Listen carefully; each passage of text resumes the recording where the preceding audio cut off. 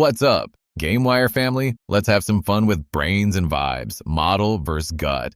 What happens when ESPN's 10,000 season FPI sim runs into bold expert picks? Sparks, and I'm here for it. Here's the deal.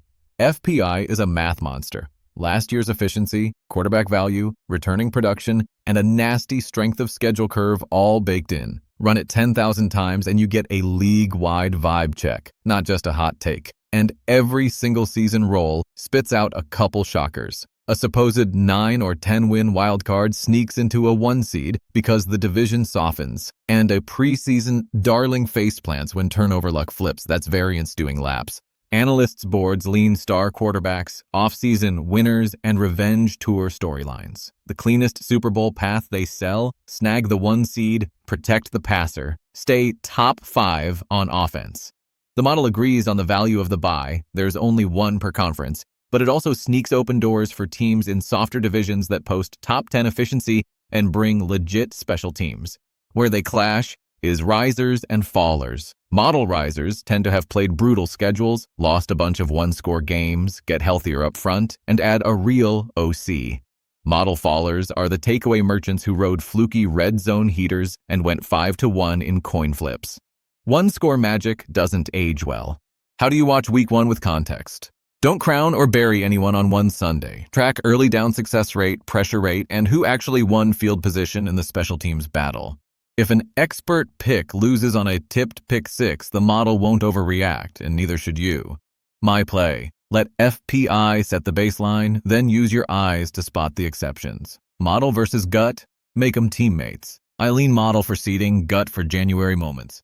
Next up, the league's scariest pass rusher in a new uniform might need a pain-killing shot just to suit up. Micah Parsons, now a Green Bay Packer, is dealing with an L4/L5 facet joint sprain in his back. Per reporting to ESPN's Adam Schefter, he may get an injection before the opener against the Lions to help him play.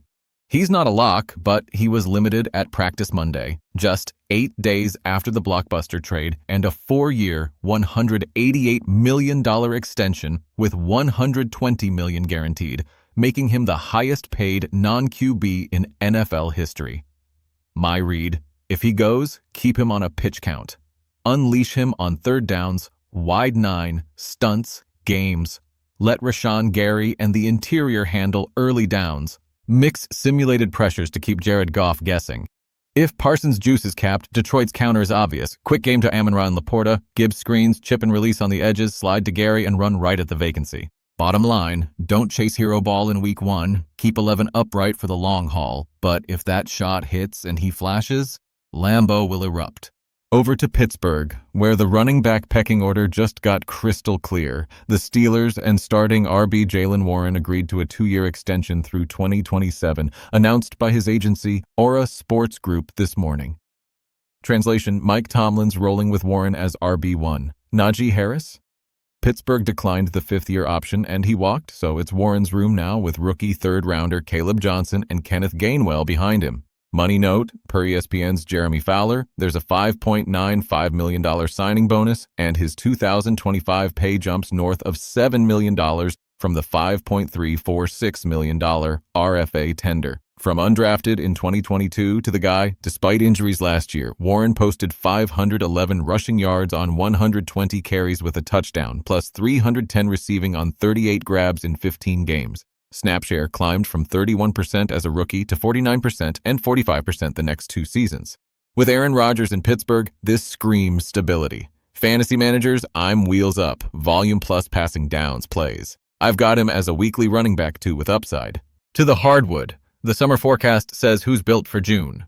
ESPN's panel went heavy west, and I get it. Oklahoma City's the clubhouse leader. The defending champs ran away with the votes, bring back 14 of 15, and locked up SGA, J-Dub, and Chet. They're chasing the first back-to-back since the 2018 Warriors. Best value? Houston. Adding Kevin Durant to a young core that stacked double-digit win jumps 2 straight years is a cheat code. The Rockets weren't crowned, but they're absolutely the nightmare matchup. Denver is the proven threat. They pushed OKC to 7 in the West semis and just built Nikola Jokic the deepest supporting cast of his career. Don't sleep. The East is messy. Cleveland kept a 64-win core, but Darius Garland and Max Strus are coming off foot surgeries. New York got plenty of love. The Knicks are under the second apron, hired Mike Brown, and have wiggle room for a deadline swing. Wild card health swing. If the Mavs stay upright, Kyrie is still a problem. And even Stephen A. says they can go all the way. And circle Orlando. 4 firsts for Desmond Bain says, we're done waiting. My board today, favorite OKC, best value, Rockets. East lean, Knicks with flexibility, sleeper trajectory, Cavs once healthy. And finally, the transfer market. Big fees, big names, and some sketchy fits. Here's my risk board for the summer's 13 riskiest moves, weighing fit, fee versus market value, role clarity, and red flags like age, injuries, or behavior. Quick hits, lowest to highest risk. 13. Kingsley Coman to Al Nassr. Good player, different economics, limited upside. 12. Gerson to Zenit, lateral move, little resale. 11. Luis Suarez to Sporting, not that Luis, fee dwarfs value. 10. Martin Zubimendi to Arsenal, solid but projected to lose value. 9. Luis Diaz to Bayern at 70 million euros. 28-year-old winger buys rarely pay off. 8. Matteo Retegui to Al-Qadsiya, paid for goals he hasn't consistently shown. 7. Sun Heung-min to LAFC, 33 and an MLS record fee. Marketing win, resale 0. Now the Premier League heat. 6. Eberechi Eze to Arsenal. Love the player, but 69 million euros at 27 with role overlap is spicy. 5. Yoan Wissa to Newcastle. Big fee, bigger projection hit, and as Don Hutchison characterized it, questions on professionalism. 4. Matthias Cunha to Man United. Elite dribbler, not a killer. Price says star.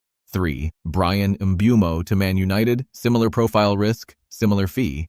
2. Alexander Isak to Liverpool for 140 million euros. He has to be top 15 in the world now to justify that. And number 1 risk, Nick Woltemade to Newcastle for 85 million euros. Massive overpay for a projection piece. Early season tells before January. Isak's pressing and shot volume under slot. United's Cunha Mbeumo finishing versus XG.